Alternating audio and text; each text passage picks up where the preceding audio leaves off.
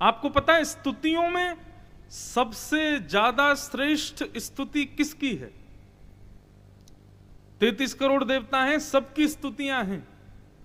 वरुण की स्तुति, समुद्र की स्तुति, नदियों की स्तुति, वायु की स्तुति, चंद्र की स्तुति, सूर्य की स्तुति, सबकी स्तुतियां हैं। पर स्तुतियों में सर्वश्रेष्ठ स्तुति किसकी मानी गई? महादेव की स्तुति। और उस महादेव की स्तुति में भी सर्वश्रेष्ठ महादेव की स्तुति है शिव महिम्न स्तोत्र। हमारे शास्त्र आज्ञा करते हैं स्तोत्रम कश्य न तुष्टये। स्तुति से कौन प्रसन्न नहीं होता? सब प्रसन्न होते हैं।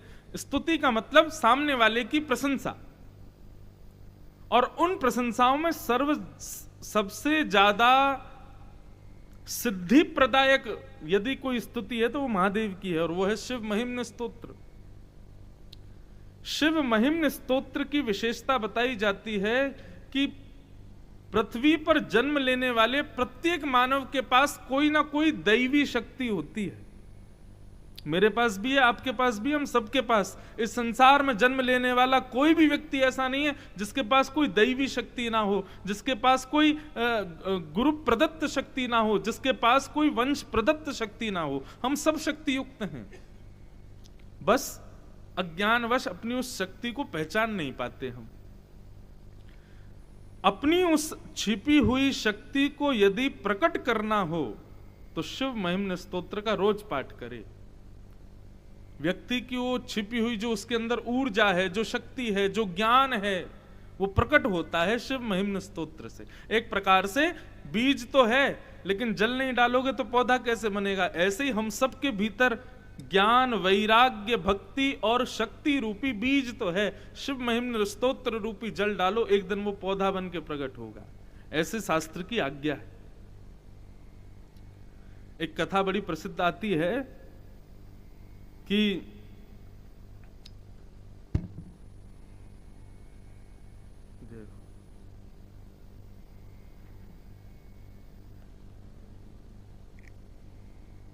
क्या बता रहा था मैं? शिव महिम्न। हाँ, तो एक बड़ी प्रसिद्ध कथा आती है। एक राजा था, थोड़ी शंकर जी की महिमा भी सुन ले। भरत जी, लक्ष्मण जी, राम जी, शंकर जी कहेंगे हमारे क्षेत्र में आयो ने हमारी प्रशंसा कर दो।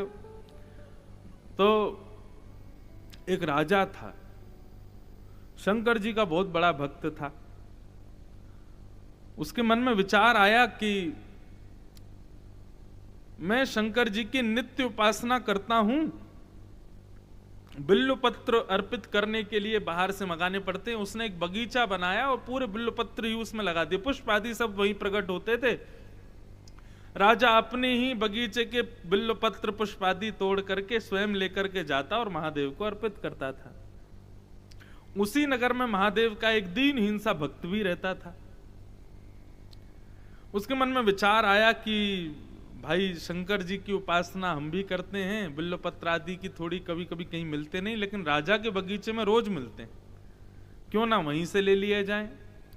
तो वो क्या करता, राजा के भी आने से पहले वो दीनहीन सा भक्त बगीचे में घुस जाता और सारे बिल्वपत्र पुष्प आदि सब इकट्ठे करके वो चढ़ाया था। राजा को बड़ा बुरा लगता, बगीचा मेरा, मेहनत मेरी, सब कुछ मेरा, और चढ़ा कोई और देता है। तो उसने सैनिकों को तैनात कर दिया, बोले बगीचे की रखवाली करो, देखो कौन तोड़ता है। वो जो भक्त था दीनहीन सा, उसके पास में एक विद्या थी, और वो विद्या ऐसी थी, ऐसी शक्ति थी कि वो अदृश्य हो जाता था। तो जैसे ही वो बिल्वपत्र आदि तोड़ने के लिए जाता और सैनिक उसको पकड़ने के लिए भागते, तुरंत वो अदृश्य हो जाता। सैनिक बड़े परेशान, बोले क्या करें? बोले राजा बड़ा डांटता है रोज कि भाई उसको पकड़ो, और उसको पकड़ने के लिए जाते हैं तो वो अदृश्य हो जाता है, क्या करें? पकड़ें तो पकड़ें कैसे, नहीं पकड़ें तो राजा हमको डांटते हैं। तब एक दिन राजा से जाकर के सब सैनिकों ने कहा, बोले महाराज ऐसा नहीं है कि हम उसके हितकारी हैं, हम उसको पकड़ना चाहते हैं, लेकिन वो अदृश्य हो जाता है। तो राजा बोला अदृश्य हो जाता है। तब राजा ने अपने गुरुदेव को जाकर के ये बात बताई। बोले कि एक व्यक्ति मेरे महादेव की उपासना में विघ्न डाल रहा है, सारे बिल्वपत्र पुष्पों को तोड़ करके ले जाता है, क्या करूं बताइए।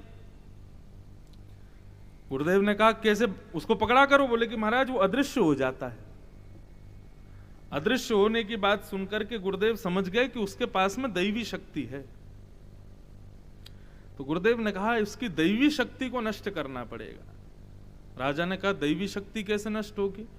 बोले कि भैया भगवान के ऊपर चढ़ी हुई निर्माल्य यदि चरणों में पड़ जाए तो कितनी भी बड़ी दैवी शक्ति हो वो नष्ट हो जाती है। जब इंद्र अपनी पदवी से भ्रष्ट हो सकता है, हम तो मानव हैं। तो इसलिए हमारे शास्त्रों में नियम है कि जैसे मंदिर में भगवान की चढ़ी हुई माला, पुष्प, तुलसी, बिल्वपत्र यदि मंदिर में आपके पैर के नीचे आ गए तो दिक्कत नहीं है, लेकिन मंदिर परिसर से बाहर यदि वो नीचे गिर गए और आपका चरण उस पर पड़ गया तो आपके भजन छिन्न हो जाएंगे, आपके पुण्य क्षीण हो जाएंगे, आपकी दैवी शक्तियां नष्ट हो जाएंगी। भगवत अर्पित होने के बाद में वो पुष्प, वो पत्र नहीं है, वो साधारण नहीं है, उस समय वो साक्षात भगवत स्वरूप ही है। तो राजा को बता दिया। बोले कि आप एक काम कीजिए, अपने बगीचे में भगवान शंकर के ऊपर चढ़े हुए बिल्व पत्रों को फैला दीजिए। जैसे ही वो व्यक्ति आएगा, निर्माल्य बिल्व पत्र पर उसका पैर पड़ेगा, उसकी शक्ति क्षीण हो जाएगी, पकड़ लोगे आप उसको। राजा ने यही किया। शंकर जी पर चढ़े हुए बिल्व पत्रों को उठा करके ले गया और अपने समस्त बगीचे में उनको फैला दिया और सो गए रात्रि में। सुबह उठते ही महाराज जैसे ही वो व्यक्ति आया, अच्छा उसकी तो ऐसी हरकत हो गई थी कि वो पूरे सैनिकों को चुनौती देके प्रवेश करता था, आओ पकड़ के दिखाओ, क्योंकि पकड़ते वो अदृश्य हो जाता। आज सैनिक भी बोले अंदर घुस के तो दिखा तू। बोले कि मैं तो जाऊंगा, जैसे हमेशा जाता हूं वैसे आज भी जाऊंगा। बोले आज जाके दिखा। उसको पता नहीं था कि वहां निर्माल्य बिल्वपत्र पड़े हैं। जैसे ही चरण रखा, निर्माल्य पर पैर पड़ते ही उसकी शक्ति चली गई। वो तो अपना बिल्वपत्र तोड़ने लगा। बोले जब आएंगे तब अदृश्य हो जाऊंगा। जैसे ही सैनिकों ने जाकर के उसको पकड़ना चाहा, उसने अदृश्य होना चाहा, लेकिन अब वो अदृश्य नहीं हो पाया, क्योंकि उसकी शक्ति नष्ट हो गई थी। निर्माल्य पर पैर रख दिया था। राजा को जाकर के खबर दी, पकड़ लिया महाराज, अब अदृश्य नहीं हो पा रहा, उसकी सिद्धि नष्ट हो गई है। राजा ने अपनी तलवार निकाली। बोले लाओ, बहुत दिनों से पकड़ने का प्रयास कर रहे थे इसको, आज पकड़ में आया, इसका सर धड़ से अलग तो करें हम। अब राजा तलवार निकाल के उसको मारने के लिए जा रहा था और वो व्यक्ति नेत्रों से अश्रुपात करते हुए महादेव को याद करता है। हे महादेव, माना कि मैंने चोरी की, लेकिन किसी रत्न की चोरी तो नहीं की, किसी व्यक्ति का भोजन तो हरण नहीं किया, किसी व्यक्ति को अपने जीवन जीने में दिक्कत आवे ऐसी वस्तु को चोरी कहा जाता है। उसको जीवन जीने में तो कोई दिक्कत हो नहीं रही थी, केवल आपकी उपासना के लिए मैंने वहां से बिल्वपत्र पुष्प आदि चुराए थे। ये कोई दोष तो नहीं था। यदि भगवान ये मेरा दोष था तो मेरा सर कट जाए, लेकिन यदि ये मेरा दोष नहीं है तो कृपा कर आप मेरी रक्षा करो। और तब उसने, राजा चल करके आ रहा है महादेव का स्मरण करते हुए, महिम न पारम ते परम विदुषो यत्सदृशि स्तुते ब्रह्मादीना ममि तदवसन्नत्स्वयि गिरः अथावाच्यः सर्व स्वमति परिणामवधिगृह्णन् ममाप्येष स्तोत्रे हर निरपवाद परिकर। जैसे ही शिव महिम्न स्तोत्र का गान करना प्रारंभ किया और संपूर्ण शिव महिम्न स्तोत्र का गान करते हुए महादेव को स्मरण किया, शिव महिम्न स्तोत्र जैसे ही पूर्ण हुआ, सामने आए राजा ने अपनी तलवार को उठा करके जैसे ही उसके सर को धड़ से अलग करना चाहा, उसकी जो सिद्धि थी अदृश्य होने की, जो निर्माल्य पर पैर रखने से जा चुकी थी, शिव महिम्न स्तोत्र के पूर्ण होते ही वो सिद्धि पुनर्प्रकट हो गई और वो अदृश्य हो गया। राजा नहीं मार पाया। राजा दौड़ करके अपने गुरु के पास गया, बोले गुरुजी पकड़ में आ गया, सब कुछ हो गया, लेकिन जैसे ही मैं मारने गया वो कोई श्लोक गा रहा था, उन श्लोकों का जब गायन करके गुरुजी को सुनाया, बोले ये श्लोक उसने गाए और वो अदृश्य हो गया। तब गुरुदेव ने बताया ये शिव महिम्न स्तोत्र है। और शिव महिम्न स्तोत्र की ये ताकत है कि यदि किसी व्यक्ति की भक्ति क्षीण हो गई हो, पुण्य क्षीण हो गए हो, उसकी शक्ति क्षीण हो गई हो, उसके भाव, कभी कभी हमें ऐसा लगता है कि हमारे पहले भाव बहुत अच्छे थे, अब हमारे भावों में धूमिलता आ रही है, पहले हमारी बुद्धि बहुत विवेक की थी, अब हम अविवेक जैसे हो गए, पहले हमारा क्रोध कम था, अब क्रोध बढ़ता जा रहा है। ये जो बदलाव नकारात्मक हमारे अंदर होते हैं, इन नकारात्मक बदलावों को नष्ट यदि करना चाहते हैं तो शिव महिम्न स्तोत्र का पाठ करो। महादेव चिकित्सा करते हैं भीतर प्रवेश करके और शुद्धि बनाते हैं, श्री राम के योग्य हमको बनाते हैं। ऐसे हैं महादेव। लेकिन मैंने बात कहां से शुरू करी थी कि स्तुतियों में सर्वश्रेष्ठ स्तुति किसकी है? महादेव की। लेकिन वह महादेव भी स्मृति करते हैं और जब पार्वती पूछती हैं कि आप किसका स्मरण कर रहे हो, तो वही महादेव पार्वती को राधा कृपा कटाक्ष स्तोत्र सुनाते हैं। वही महादेव श्री पार्वती जी को राम रक्षा स्तोत्र सुनाते हैं। मतलब स्तुतियों में सर्वश्रेष्ठ स्तुति महादेव की है, लेकिन उन महादेव के सदा चित्त में कौन बैठे हैं? हमारे माधव बैठे हैं, हमारे राघव बैठे हैं, हमारी किशोरी जी बैठी हैं। इसलिए अब निधान क्या निकला? शिव महिम्न स्तोत्र कठिन है, याद नहीं हो तो क्या करें? हरे कृष्ण कृष्ण कृष्ण हरे हरे, हरे राम राम राम हरे हरे। शिव महिम्न स्तोत्र हो, दुनिया भर की स्तुतियां हो, सबका सार ये मंत्र ही हैं, इनका आश्रय लो। ऐसे हमारे राघव का स्मरण करते हैं महादेव। तो आइए अब आज के प्रसंग में चलें। 10 लक्षणों में आज 5वां लक्षण आता है शौचम। हम ज्यादा इस पर आज चर्चा थोड़ी कम करेंगे क्योंकि प्रसंग आज बड़ा है भरत चरित्र का। शौचम यानी कि पवित्रता। अब श्री राम जी के संदर्भ में पवित्रता आप किस भाव से लोग, जिनका नाम ही पवित्र है, जिनका रूप ही पवित्र है, जिनका स्मरण ही पवित्र है, नाम रूप दर्शन तो बहुत दूर की बात है, याद कर लो राम जी को तो पवित्र हो जाओगे। जिनको याद करने मात्र से व्यक्ति पवित्र हो जाता, उनकी पवित्रता का कहां तक बखान करें।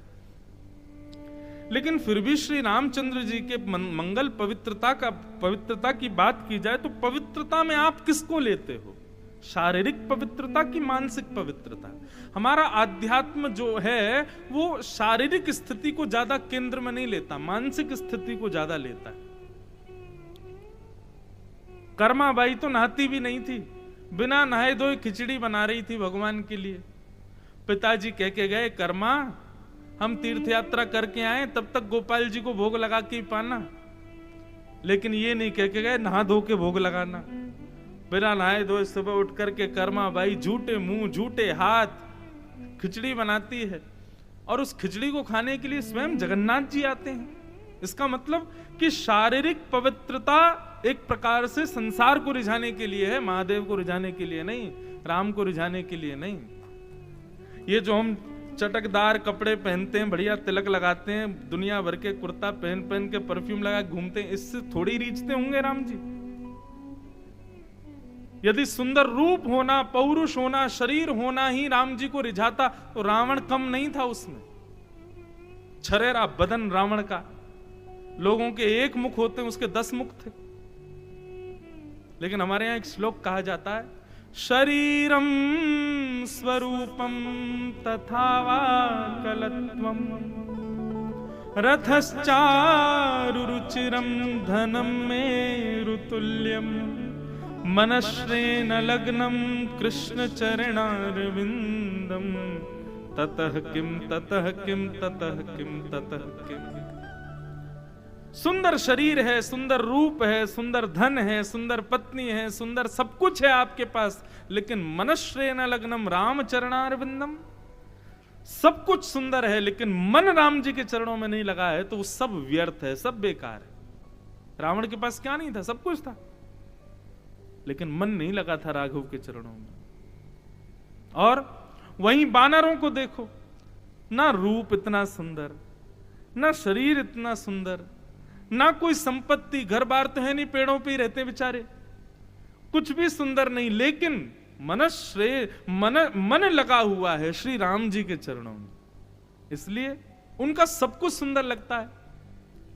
आज श्री हनुमंत लाल जी, जामवंत जी, सबको हम लोग पूछते हैं, उनके नाम सुनकर के दंडवत करते हैं, प्रणाम करते हैं। ये बात मैं क्यों कह रहा हूं, संसार का व्यक्ति उन सब वस्तुओं के पीछे भागता है जो सब रावण के पास था, ऐश्वर्य, संपत्ति, पौरुष, बुद्धिमानी, चतुराई। संसार का मानव इन सब चीजों के पीछे भागता है, लेकिन हनुमान जी जिसके पीछे भागे उसके पीछे कोई नहीं भागता। श्री राम, उनके पीछे हनुमान जी भागे। इसलिए भैया ऐसा नहीं है कि कुछ मत पाओ, सब पाओ, सबके पीछे भागो, लेकिन राम जी को केंद्र में लेके भागो, राम जी को हृदय में धारण करो। तो पवित्रता से मतलब है मानसिक पवित्रता। आपको पता है पूरे ब्रह्मांड में सबसे पवित्र यज्ञ होता है, सबसे पवित्र संस्कार होता है अंतिम संस्कार, और वह भी यदि पिता अपने पुत्र के हाथों अपना संस्कार कराता है तो उसकी बड़ी महिमाएं शास्त्रों में बताई गई हैं। जब पुत्र पिता का संस्कार करता है तो पिता पुम नामक नरक में जाने से बच जाता है। लेकिन पुत्र कैसा होना चाहिए? पुत्र सुधरा हुआ होना चाहिए। यदि पुत्र ही कुपुत्र है तो प्रयास करना चाहिए कि किसी सत्पात्र से ही संस्कार हो। लेकिन आप सौभाग्य देखो उस जटायु का। महाराज दशरथ के यहां जन्म लेने के बाद भी राम जी से उनका संस्कार नहीं हुआ, लेकिन जटायु जो उनके कुल का नहीं, खानदान का नहीं, जाति का नहीं, वर्ण का नहीं, कहां तक कहोगे मानव नहीं था वो।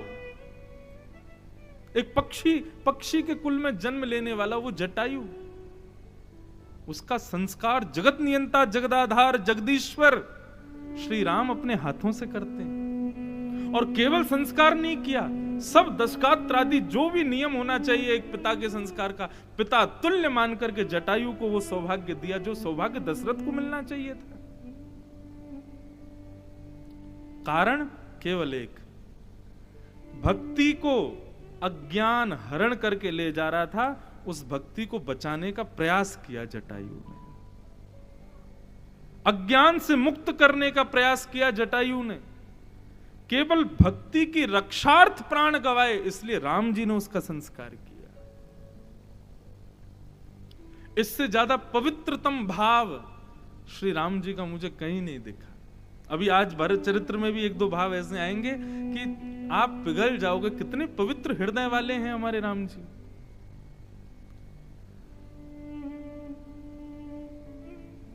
मुझे आज जब मैं इस विषय का चिंतन कर रहा था तो मुझे जटायु को बार बार प्रणाम करने का मन कर रहा था। कितना बड़ा सौभाग्यशाली था जटायु, अपने हाथों से ठाकुर जी चिता लगा रहे हैं, अपने हाथों से ठाकुर जी उसका अंतिम संस्कार कर रहे हैं। बंधुओं, संसार का सबसे बड़ा सत्य है मृत्यु, सबसे बड़ा सत्य। क्योंकि मृत्यु के समय पर कितना भी बुरा आदमी हो सब उसकी प्रशंसा ही करते हैं, कितना भी दुष्ट हो चार लोग उसकी प्रशंसा ही करते हैं। लेकिन ऐसी स्थिति में भी जटायु की प्रशंसा, जटायु के गुण और अपनी गोद में राम जी की गोद में प्राण त्यागे जटायु ने, इससे ज्यादा पवित्रतम भाव और कहां देखोगे आप। राम जी हृदय के बड़े पवित्र हैं। लक्ष्मण से कहते हैं, लक्ष्मण मैंने अपने पिता का संस्कार नहीं किया, लेकिन जब मेरे हाथों में जटायु ने प्राण त्यागे तो मेरे मन में भाव आया शायद मेरे पिता ही हूं, मैं इनका संस्कार करूंगा। और एक पुत्र के भांति समस्त संस्कार जटायु के किए। अरे कहां तक कहें, आकाश से देवताओं ने पुष्प वर्षण किया जटायु के संस्कार पर। श्री राम जी संस्कार कर रहे हैं। ऐसे परम पवित्र श्री राम जी को हम प्रणाम करते हैं, जिनका हृदय इतना निर्मल है, इतना पवित्र है।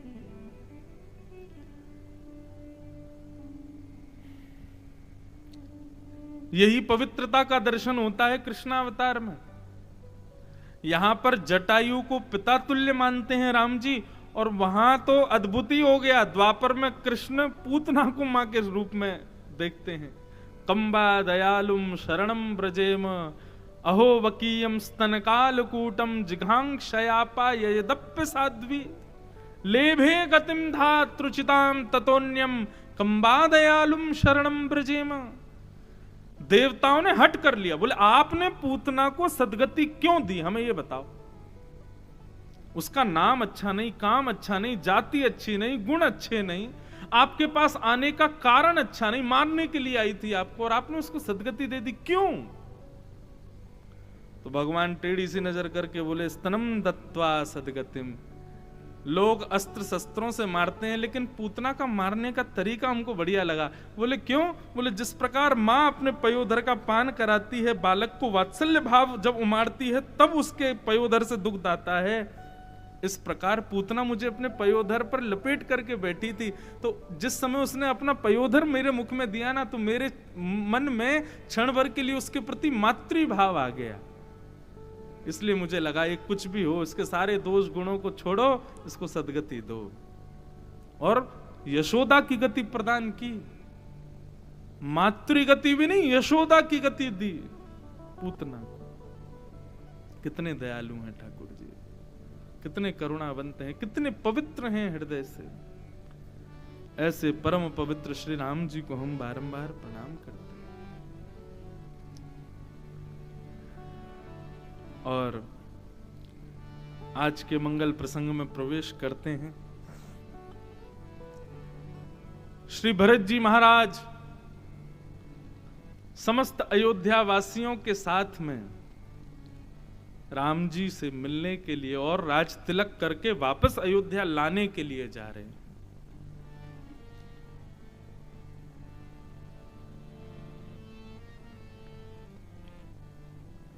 निज गुण सहित राम गुण गाथा, निज गुण सहित राम गुण गाथा, सुनत जाहि सुमिरत रघुनाथा,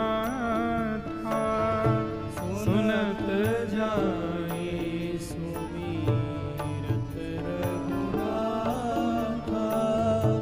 तीरथ मुनि आश्रम सुर धाम, तीरथ मुनि आश्रम सुर धाम, निरखि निमज करहि प्रणाम, निरखि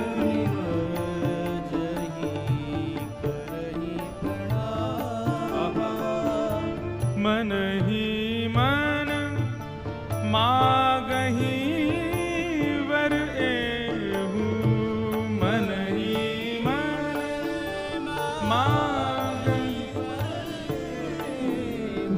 हे सिया राम पद पदम स्नेहु, सिया राम पद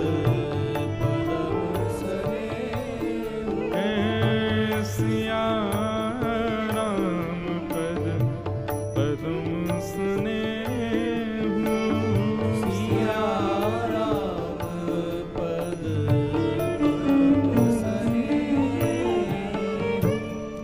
भरत जी महाराज भरद्वाज मुनि के आश्रम से अब आगे चित्रकूट की ओर प्रस्थान करने लगे।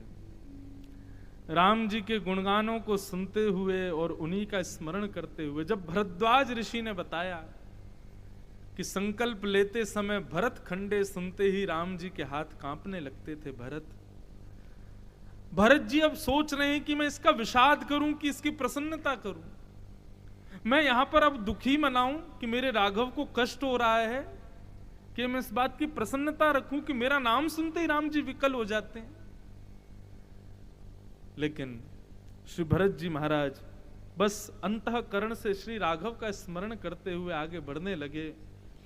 और स्थिति यहां पर गोस्वामी जी वर्णन करते हैं कि भैया मार्ग में जहां कहीं भी छोटे बड़े स्थान, मंदिर या कुछ भी, जैसे ग्राम देवता भी यदि मिल जाते थे, किसी बट वृक्ष के नीचे कोई छोटे से ग्राम देवता हैं, 2-4 लोग उन्हीं का पूजन करते हैं, वो भी यदि भरत जी को दिख जाते थे तो भरत जी उनको भी दंडवत प्रणाम करते और सबसे एक ही वरदान मांगते थे, क्या?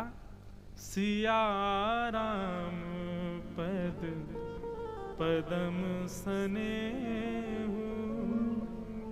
हे देवता, हे ग्राम देवता, हे नगर देवता, हे तीर्थ देवता, हे वृक्ष देवता, बस इतनी कृपा करना कि सिया राम जी के चरणों में मेरा और स्नेह हो जाए, मेरी और रति हो जाए।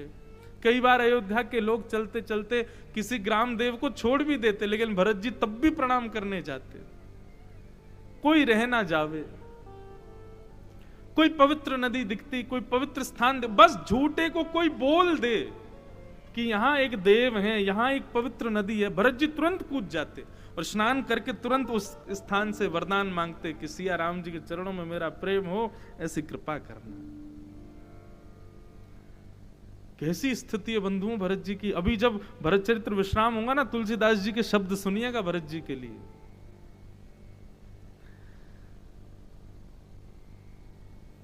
सब जगह प्रणाम करते हुए जा रहे हैं। मिलहि किरात कोल बनवासी, बेखानस बटु जति उदासी। रास्ते में कोल भील ग्रामवासी जो भी मिलते हैं, सबको भरत जी महाराज खूब स्नेह देते हैं। और अकेले भरत जी नहीं, सब अयोध्यावासी, यदि कोई नहीं भी देता तो भरत जी पकड़ के लाते, बोले इसको प्रणाम कर, राम जी यहां से इससे मिलके गए हैं। इस प्रकार सब कोल भीलों से और सबको हृदय से लगा लगा करके भरत जी ने सबको प्रणाम किया। तभी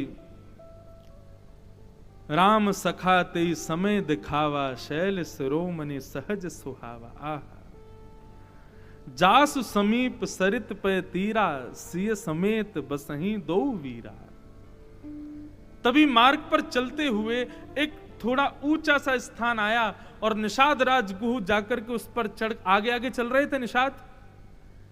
जैसे ही निषाद राज उस पर पहुंचे तभी उनको कामतानाथ पर्वत का दर्शन हुआ। श्री कामतानाथ भगवान की जय। चित्रकूट में विराजमान हमारे श्री गोवर्धन नाथ के बड़े भैया श्री कामतानाथ, हमारे वृंदावन के, हमारे लाल जी के अत्यंत प्रिय श्री गोवर्धन नाथ जी के बड़े भैया हैं श्री कामतानाथ जी।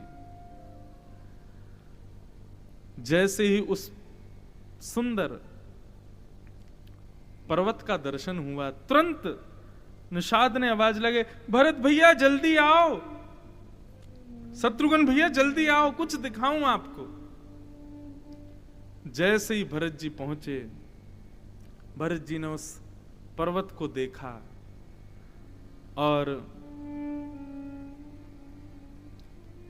विशाल कामतानाथ पर्वत के ऊपर जब राम जी की परम कुटी को देखा, अभी राम जी नहीं दिखे हैं बंधुओं। स्थिति प्रेमी की ऐसी कि जिससे वो प्रेम करता है उस प्रेमी को जो प्रिय है, वो प्रेमी जहां से निकला है, जिस स्थान पर बैठा है, जिस स्थान का स्पर्श किया, उसके लिए सब उस प्रेमी के समान ही है। हमारे यहां भारत में म्यूजियम बना दिए जाते हैं और पुरातत्व विभाग वाले लोग, हमारे पूर्वज जो लोग रहे, उन लोगों की ये धोती पहनते थे, ऐसी घड़ी पहनते थे, ऐसा चश्मा लगाते थे, वो सब चीज संभाल के रखते हैं।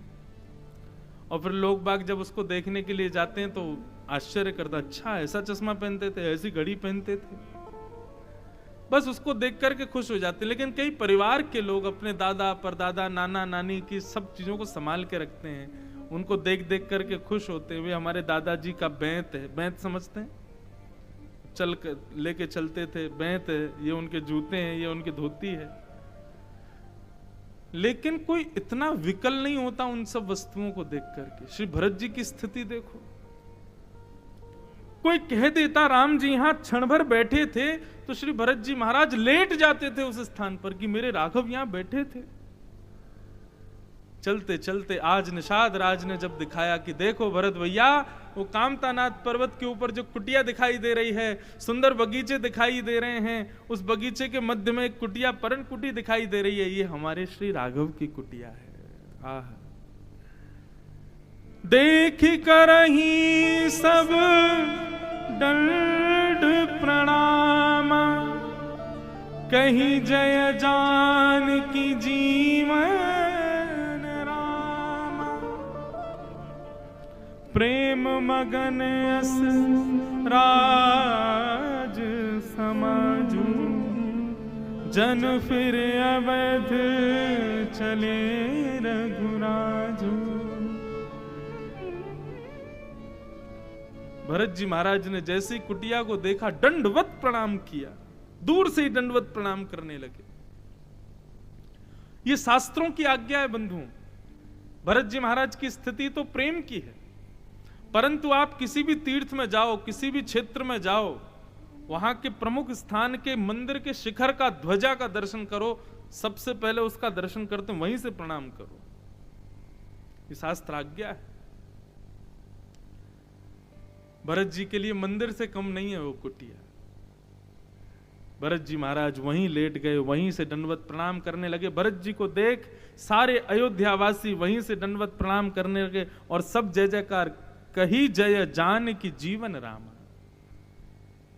जान की जीवन श्री रामचंद्र महाराज की, ऐसा जय जयकार सब अयोध्यावासी करने लगे। सब आनंदित हो गए, मचलने लगे, बोले भैया अब जरूर राम जी, बस कुछ ही देर की बात है, मिलने वाले हैं, दिख जाएंगे हमारे राम जी। जैसे हमारी गोपियों की स्थिति गोपी गीत में बताई जाती है कि गोपियां विधाता से कहती हैं, अरे विधाता तूने ये पलक क्यों बनाई, क्या तुझे पता नहीं था श्याम सुंदर हमारे सामने आने वाले हैं। श्याम सुंदर जब सामने आते हैं उस समय जब हमारी पलकें जब झपकती हैं तो एक क्षण से भी कम समय के लिए झपकी हुई पलक त्रुटिर्युगायते त्वाम पश्यताम, 3 युग के समान लगती हैं।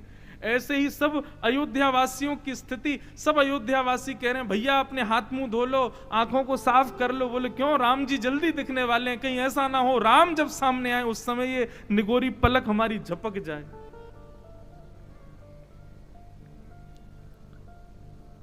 भारत प्रेम ते ही समय जस, तस कही सकही न शेष। तुलसीदास जी कह रहे हैं भरत जी के प्रेम को शेषनाग भी अपने 1000 फणों से गा नहीं सकते।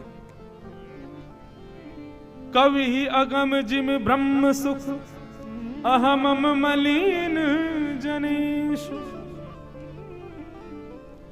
कवियों की बात तो बहुत दूर की है, शेषनाग भी यदि अपने 1000 फण से गाने के लिए बैठे कि मैं भरत का यश गाऊंगा, भरत का प्रेम बताऊंगा, तो शेषनाग की भी इतनी सामर्थ्य नहीं है कि वो भरत जी के प्रेम को बता सके।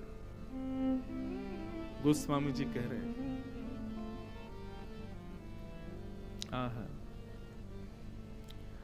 ये तो थी अयोध्या। अच्छा, अब यहां से आगे भरत जी चल करके नहीं गए, सब चल करके जा रहे हैं, लेकिन जहां से परन कुटी दिखी है राघव की, भरत जी वहां से चल करके नहीं गए, दंडवत प्रणाम करते हुए जा रहे हैं, जिसको हम दंडवती परिक्रमा कहते हैं ना। ऐसे भरत जी दंडवत करते हैं और एक कोई स्मारक रख देते हैं और फिर उठ करके राम राघव रक्ष माम, फिर उस स्मारक को उठा के फिर आगे रखते हैं, राम राघव रक्ष माम, राम राघव पाहि माम, राम राघव रक्ष माम, राम राघव पाई माम। इस प्रकार दंडवत करते हुए जा रहे हैं।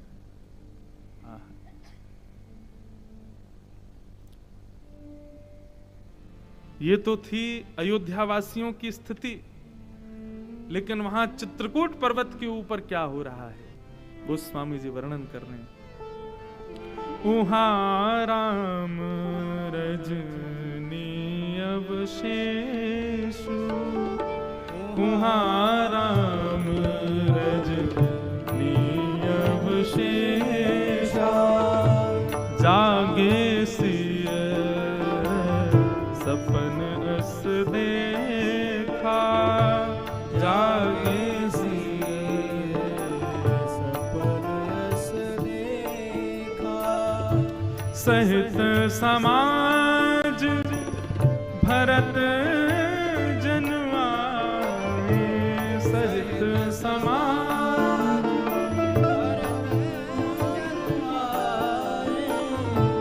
नाथ वियोग ताप तन ताए, नाथ वियोग ताप तन ताए। वहां चित्रकूट पर्वत के ऊपर वहां क्या हो रहा है?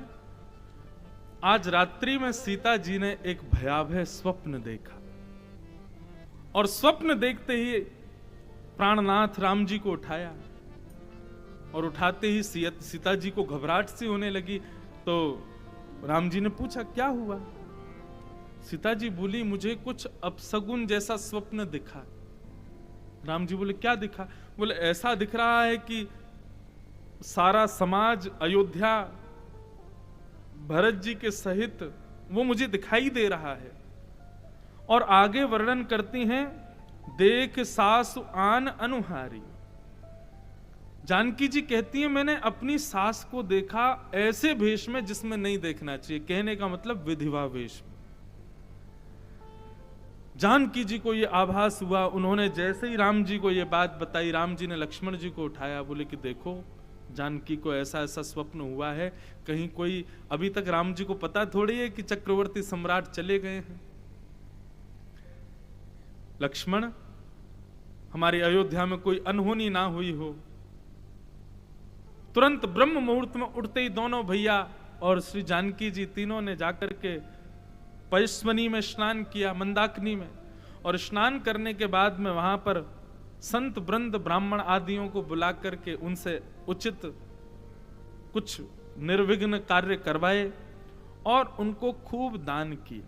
अब देखो यहां पर एक मेरा प्रश्न मेरे को ही मन में उठा, राम जी वनवासी हैं, कुछ साथ लाए नहीं हैं, लेकिन ऐसा कितनी बार हम सुनने को आता है कि श्री राम जी ने ब्राह्मणों को बुला करके, संतों को बुला करके कोई उचित पूजा आदि करी, आदि आदि जब जो कुछ भी किया, और उसके बाद उनको खूब सुंदर दान किया। ये सब जगह लिखा है।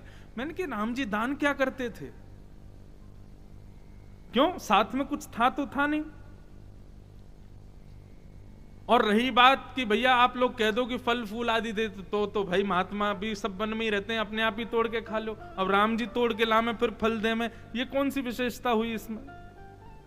देखो बहुत सुंदर बात है, ध्यान से सुनिएगा। श्री राम जी जगह जगह पर ब्राह्मणों से कुछ ना कुछ करवाते हैं और उसके बाद उनको दान करते हैं, लेकिन दान करते किस भाव का है? आहा, दीन ही प्रभु मधुर मुस्कानी।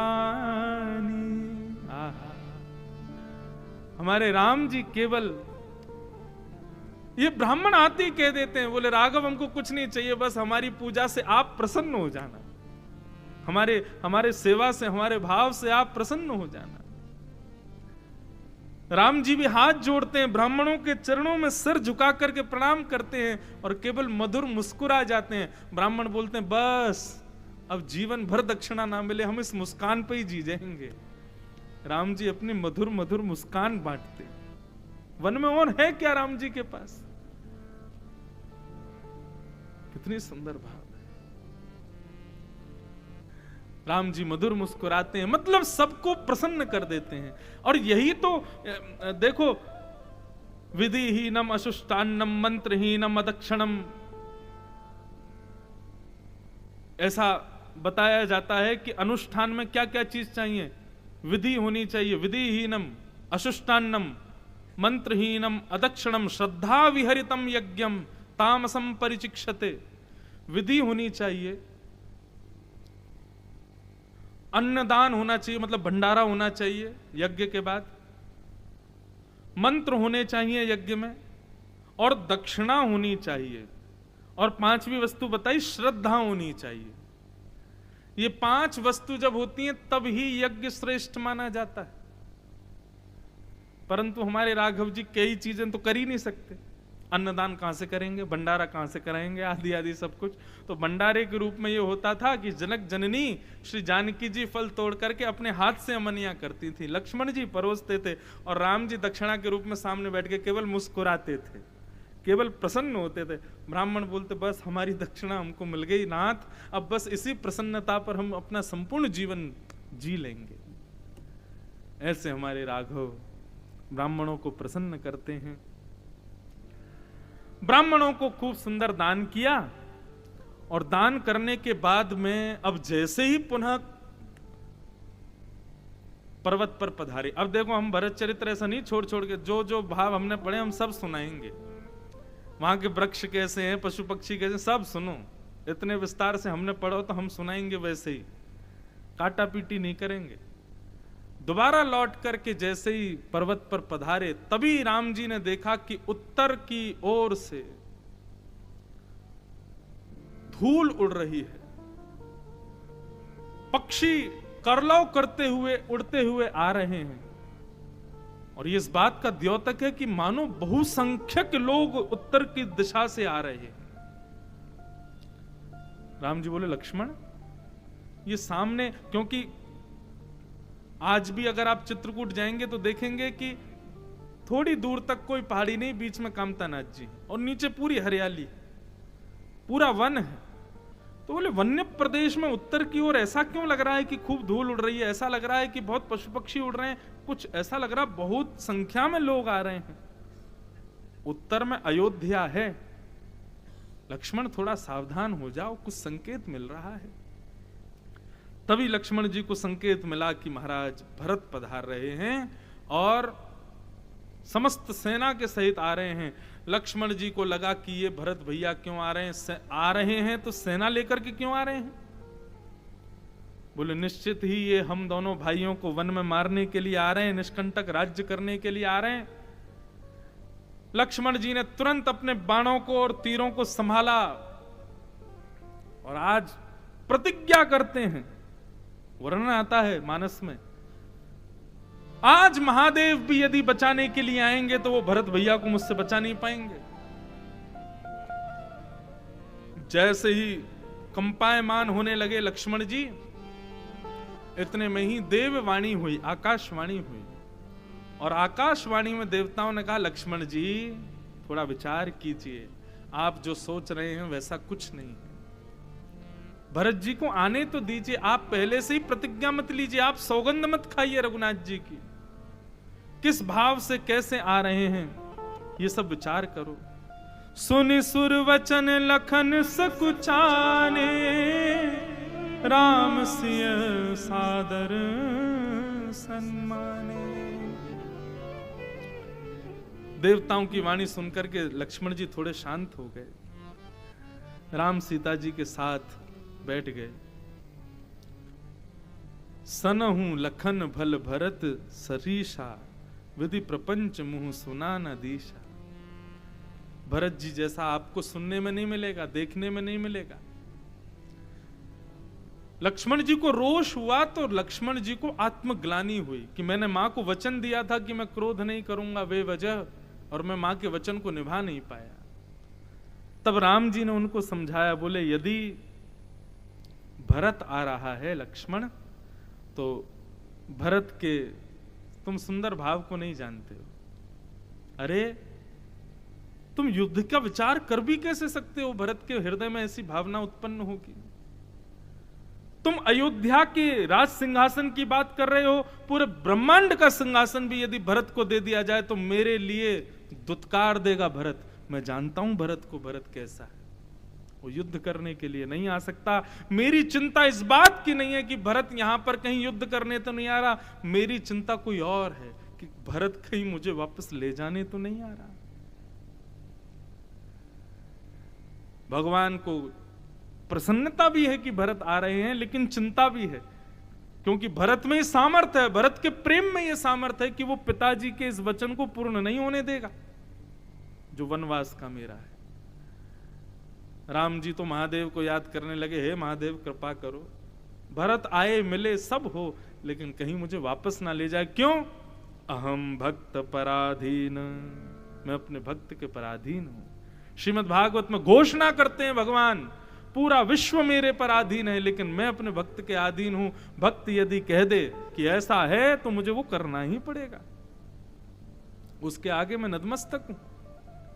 कहीं भरत मुझे वापस ना ले जाए। राम जी की वाणी सुनकर के थोड़ा चैन मिला लक्ष्मण जी को।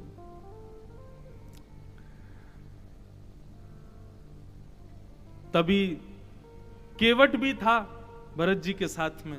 थोड़े और समीप पहुंचे तो कामदगिरी पर्वत पर और सुंदर कुटिया का दर्शन होने लगा। केवट ने भगवान की कुटिया का दर्शन कराया। तब केवट ऊंचे चढ़े धाये, कहू भरत सुन भुजा उठाए। नाथ देख अहि विटप विशाला, पाकर जब रसाल तमाला। वहां पर सुंदर वृक्ष लगे हैं, सुंदर तुलसी के पौधे लगे हैं। भरत जी वृक्षों की आभा प्रभा देख करके बता रहे हैं कि ये वृक्ष जरूर लक्ष्मण ने लगाया है, ये वृक्ष जरूर हमारी भाभी जानकी जी ने लगाया है। तभी बीच में एक वटवृक्ष दिखाई दिया। बोले इस वटवृक्ष की सौम्यता ये बता रही है कि यहाँ जरूर राघव बैठते होंगे और नीचे जानकी जी और लक्ष्मण भैया बैठ करके उनके प्रवचन सुनते होंगे। देखो तो सही है, बगीचा कितना सुंदर है। भरत जी की स्थिति विचार करो कैसी है। अब ऊपर से लक्ष्मण जी और राम जी भी देख रहे हैं नीचे, लेकिन इतने समीप नहीं है कि भरत जी को वो दिख जाएं।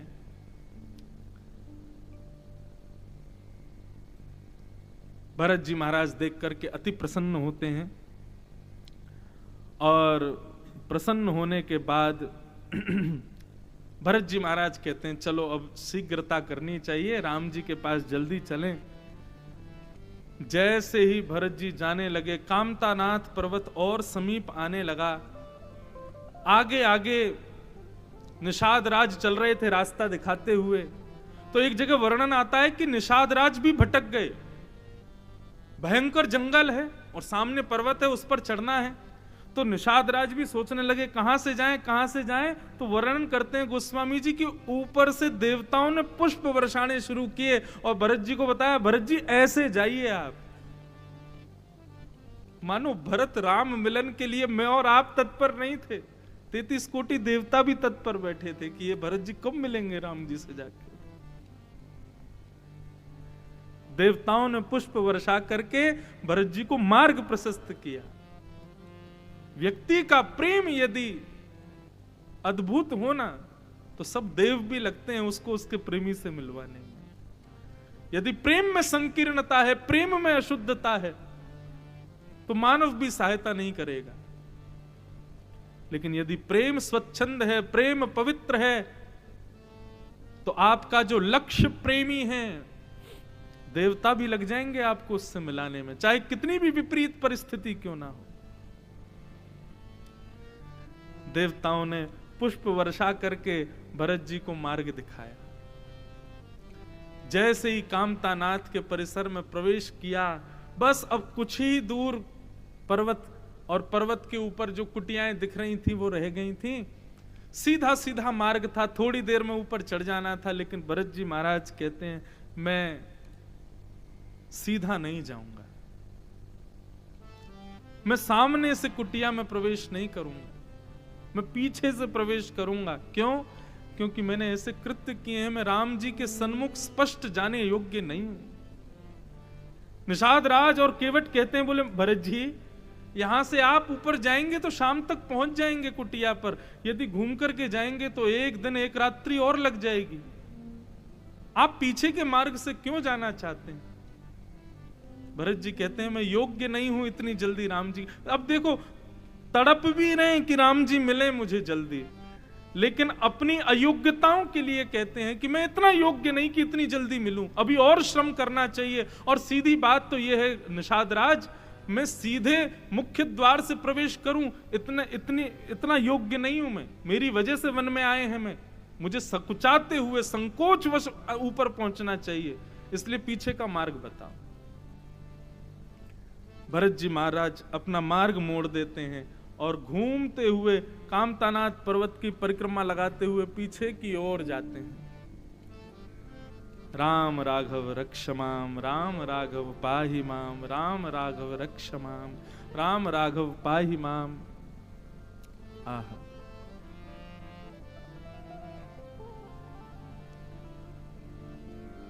देखी भरत गति अकथ अतीवा, देख भरत गति अकथ अतीवा, प्रेम मगन मृग खग जड़ जीवा, प्रेम मगन मृग जड़ जीवा, सकहीं स्नेह विपश मग भूला, सकहीं स्नेह विपश मग भूला, कहीं सुपंथ सुर वर्षहि फूला, कहीं सुपंथ सुर वर्षहि फूला, करत प्रवेश मिटे दुख धावा, करत प्रवेश मिटे दुख धावा, जन जोगी परमार्थ पावा, जन जोगी परमार्थ पावा, देखे भरत लखन प्रभु आगे, देखे भरत लखन प्रभु आगे, पूछे वचन कहत अनुरागे, पूछे वचन कहत अनुरागे। इतना सुंदर वर्णन कर रहे हैं गोस्वामी जी कि देवताओं ने मार्ग दिखाया, भरत जी महाराज चलने लगे, भरत जी के प्रेम से खग मृग जड़ जीव सब प्रसन्न हो रहे हैं। इतने में ही भरत जी को ऊपर देखते हुए चल रहे हैं कुटिया की ओर, तभी लक्ष्मण जी दिखाई दिए भरत जी को। लक्ष्मण जी जैसे ही दिखे तो मानो जैसे बिहारी जी में कभी बिहारी जी के आगे पर्दा आ जाए और पर्दा आने पर जो दर्शनार्थी हैं वो उचक करके देखते हैं कि पर्दा के भीतर बिहारी जी हमको दिख जाएं, ऐसे ही लक्ष्मण जी के पीछे ठाकुर जी खड़े हैं, राम जी खड़े हैं, और लक्ष्मण जी के किनारे से राम जी का केवल पीत वस्त्र भरत जी को दिखाई दे रहा है। बस उस पीत वस्त्र को देख करके ही भरत जी महाराज विकल हो रहे हैं और बार बार उचक करके देख रहे हैं कि लक्ष्मण के पीछे खड़े हुए हमारे राम जी दिखाई दें। इस तरीके से खड़े हैं कि लक्ष्मण, ऐसा नहीं कि लक्ष्मण ने छुपा रखा राम जी को, ऐसे खड़े हैं कि राम जी भरत जी को दिख नहीं रहे, बस उनका उड़ता हुआ वस्त्र लक्ष्मण भरत जी को दिख रहा है, लक्ष्मण जी आगे दिख रहे हैं। और बस थोड़ी देर निहारते निहारते थोड़ी देर में राम जी ने एक पग आगे बढ़ाया और जैसे ही लक्ष्मण जी जो वादक से बन रहे थे, अच्छा अभी राम और लक्ष्मण को भरत नहीं दिख रहे हैं, नीचे वन में से भरत जी देख रहे हैं। जैसे ही राम जी का रूप दिखाई दिया, थोड़े से आगे बढ़े हैं राम जी, वर्णन करते हैं कैसा स्वरूप है राम जी का। केवल कल वसन जटिल तनु श्यामा, नील वर्ण है, श्याम वर्ण है, और उस पर भी वल्कल वस्त्र पहने हुए हैं। जनु मुनि वेश कीन रति कामा, अपने केशों को जटा बना रखा है ऊपर करके, और मुनि वर के रूप में श्री राघव दिख रहे हैं। लेकिन उस वनवासी भेष में भी राम जी ऐसे हैं कि करोड़ों करोड़ों काम भी उनके रूप को देख करके मोहित हो जाए।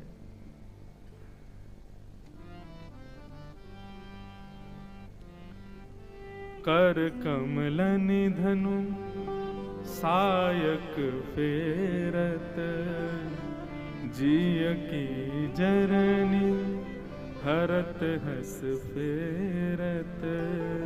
आहा, श्री राम जी नीलमणि हैं, पीत वस्त्र पहने हैं, अपने केशों को जटा बना करके कभी अपने धनुष बाण के तस्कर को ठीक करते हैं, कभी अपने धनुष बाण को ठीक करते हैं, और ठीक करके थोड़े से लक्ष्मण को देख करके मुस्कुराते हैं। भरत जी जो दंडवत प्रणाम करते आ रहे हैं, जगह जगह जख्म हुए हैं, श्री राम जी की केवल मधुर मुस्कान को दूर से देख करके मानो भरत जी को जितनी भी पीड़ा उनके अंग में हुई है वो सब उनकी दूर होती जा रही है। वहीं बैठे बैठे दर्शन कर रहे हैं राम जी का, इतने आनंद में भरत जी भर गए हैं। तभी निषाद राज ने आकर के कहा, दूर से ही देखते रहोगे, अब चलो भी समीप। बोले क्या करें, हमारे राघव हैं ही इतने प्यारे, हमारे राम हैं ही इतने सुंदर कि उनके रूप को देख करके ऐसा लगता है कि अति सामीप्य भी ना मिले। क्यों? क्योंकि भाई मानव है ना, ये बार बार आंखें बंद होंगी, पता नहीं क्या होगा, कैसी स्थिति होगी। दूर से देख करके इतना सुख मिल रहा है, लग रहा है सामने पहुंच गया तो मेरे प्राण बचेंगे नहीं। तब निषाद कहता, नहीं भैया चलो समीप। पुनः भरत जी चलना प्रारंभ करते हैं। राम राघव रक्ष माम, राम राघव पाहि माम, राम राघव रक्ष माम, राम राघव पाहि माम कहते हुए पीछे से जैसे ही कामतानाथ जी के ऊपर चढ़े हैं। लक्ष्मण जी पहरेदारी तो कर ही रहे थे, पता तो चली गया था कि भरत भैया आ रहे हैं। तभी वचन समेप लखन पहचाने, करत प्रणाम भरत जी जाने। राम राघव रक्ष माम, राम राघव पाहि माम, ये स्वर जैसे ही लक्ष्मण जी के कान में पड़ा, लक्ष्मण जी के कान खड़े हो गए, तुरंत दौड़ने लगे। भैया भैया भैया देखो, राम जी देखो, भरत भैया आ गए, भरत भैया देखो, स्वर सुनाई दे रहा, भरत भैया आ गए हमारे। चारों तरफ कुटिया के घूमने लगे, ढूंढने लगे कहां से आ रहे हैं, ये स्वर तो भरत भैया का ही है। भरत जी पहचान गए कि हमारे भैया आ गए। हाँ,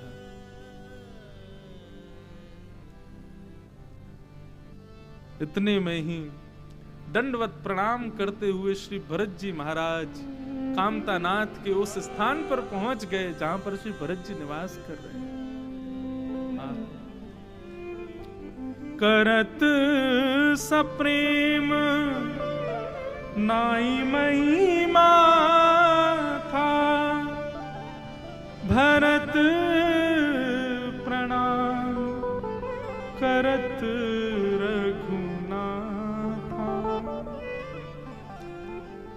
जैसे ही भरत जी प्रणाम करते हुए ऊपर पहुंचे और बस उठ करके नजर उठा करके सामने थोड़ी दूर पर जब राघव को देखा, राम जी को देखते ही भरत जी के नेत्र सजल हो गए, पूरा शरीर कंपन होने लगा। भरत जी महाराज वहीं दंडवत हो गए, वहीं से राम जी को प्रणाम करके लेटे लेटे ही रुदन करने लगे।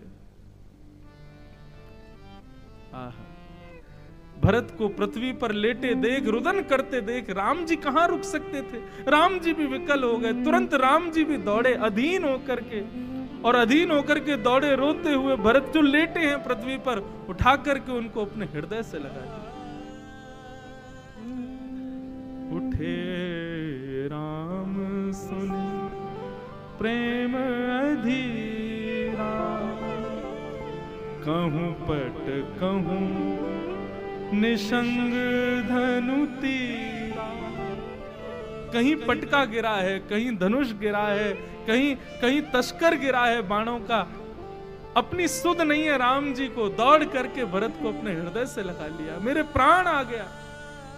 मेरा भरत आ गया।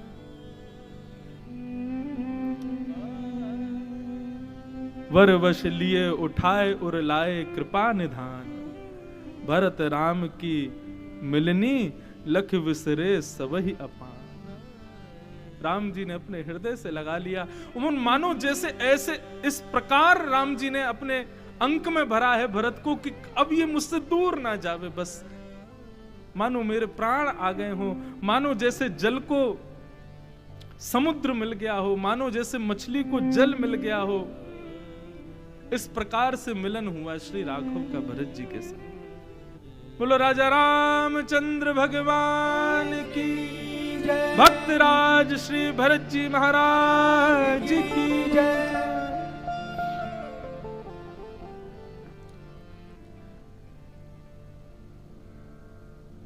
ऐसे भरत जी से अपने हृदय लगा करके श्री राम जी मिल रहे हैं और इस प्रेम मिलन को देख करके सब लोग अधीर हो रहे हैं, आनंदित हो रहे हैं।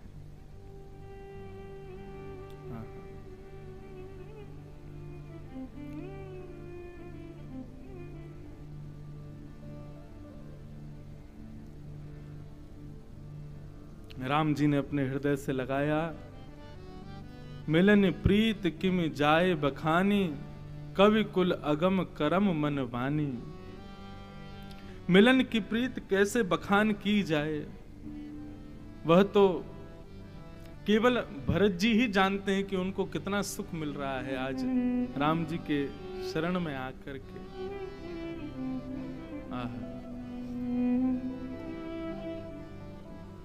जन्मों की प्यास थी जो, जन्मों की प्यास थी जो, जन्मों की प्यास थी जो, जन्मों की प्यास थी जो, संपन्न हो गया तेरी शरण में आके, मैं धन्य हो गया तेरी शरण में आके, मैं धन्य हो गया तेरी शरण में आके, मैं धन्य हो गया तेरी शरण में आके, मैं धन्य हो। सब लोग गाओ।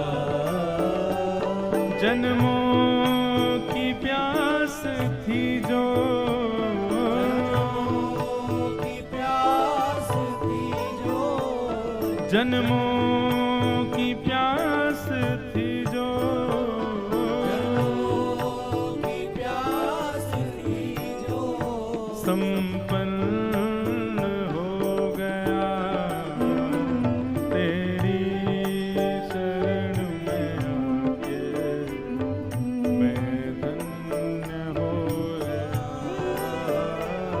तेरी शरण में आके, मैं धन्य हो गया।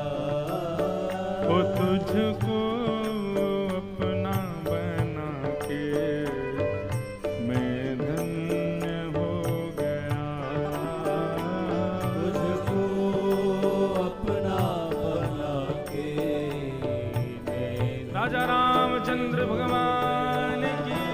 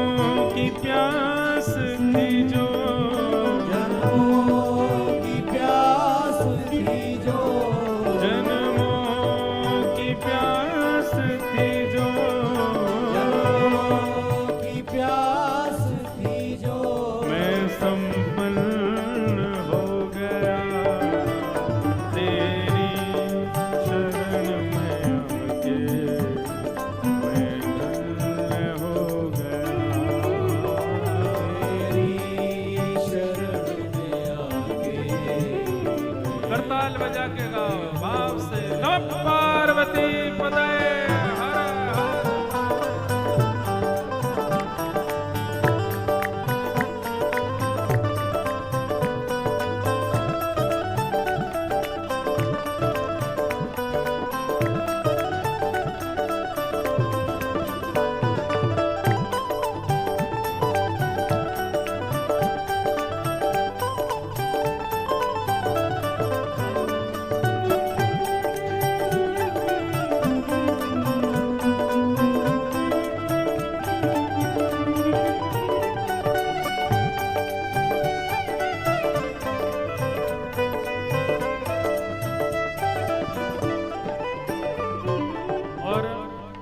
अब भरत जी की स्थिति बिल्कुल इसी भाव के अनुसार ही है।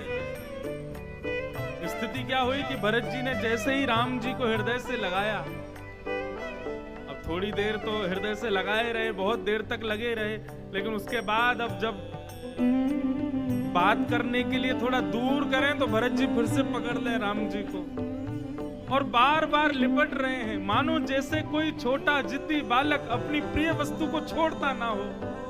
ऐसे श्री भरत जी महाराज बार बार लिपट जाते हैं राम जी से और छोड़ने के लिए बिल्कुल राजी नहीं है, बस यही प्रार्थना कर रहे हैं, करना कभी ना दूर प्रभु चरणों से आप हो, करना कभी ना दूर प्रभु चरणों से आप, करना कभी ना दूर प्रभु चरणों से आप हो, करना कभी ना दूर प्रभु चरणों से आप, करना कभी ना दूर प्रभु चरणों से आप हो,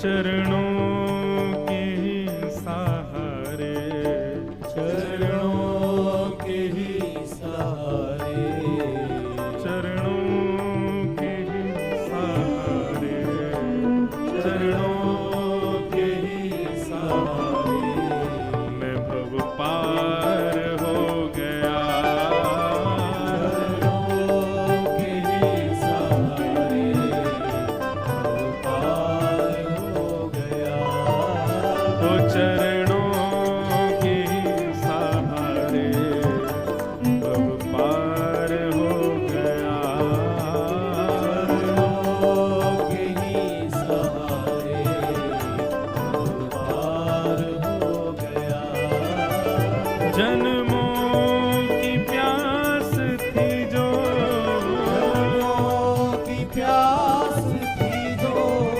जन्मों की प्यास थी जो, जन्मों की प्यास थी जो संपन्न हो गया, तेरी शरण में आके मैं धन्य हो गया, तेरी शरण में आके मैं धन्य हो, सब लोग हे राम राघव राम राघव राम राघव रक्षमा, हे राम राघव राम राघव राम राघव पाहि मां, हे राम राघव राम राघव राम राघव रक्षमा, हाँ राम राघव राम राघव राम राघव पाहि मां, हे